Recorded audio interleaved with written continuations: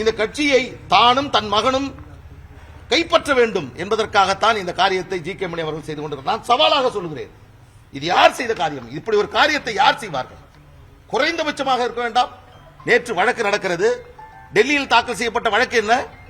டெல்லியில் தாக்கல் செய்யப்பட்ட வழக்கு தேர்தல் ஆணையம் கொடுத்த அந்த அன்புமணிக்கு 2026 ஆகஸ்ட் 1ஆம் தேதி வரை பதவியை நீட்டித்து கொடுத்த அந்த கடிதத்தை ரத்து செய்ய வேண்டும் என்பது அவருடைய மனு, அவருடைய வழக்கு. அந்த வழக்கை விசாரித்த நீதிமன்றம் அந்த தேர்தல் ஆணையத்தினுடைய கடிதத்தை ரத்து செய்ய முடியாது, அதை திரும்ப பெற முடியாது என்று உத்தரவு பிறப்பித்திருக்கிறது. எங்கே அவர்கள் வெற்றி பெற்றார்கள்?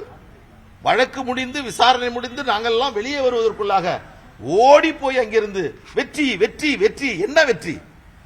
யாருக்குமே சின்னம் இல்லை, கட்சியை யாருக்கும் தர முடியாது. தேர்தல் ஆணையம் எல்லாவற்றையும் பறித்துக் கொண்டது. கட்சியை பறித்துக் கொண்டால் அது வெற்றியா? மாம்பழம் சின்னம் பறிக்கப்பட்டால் அது வெற்றியா? இதுதான் உங்களுடைய அடிப்படையான நோக்கமா? இதைத்தான் நீங்கள் விரும்புகிறீர்களா?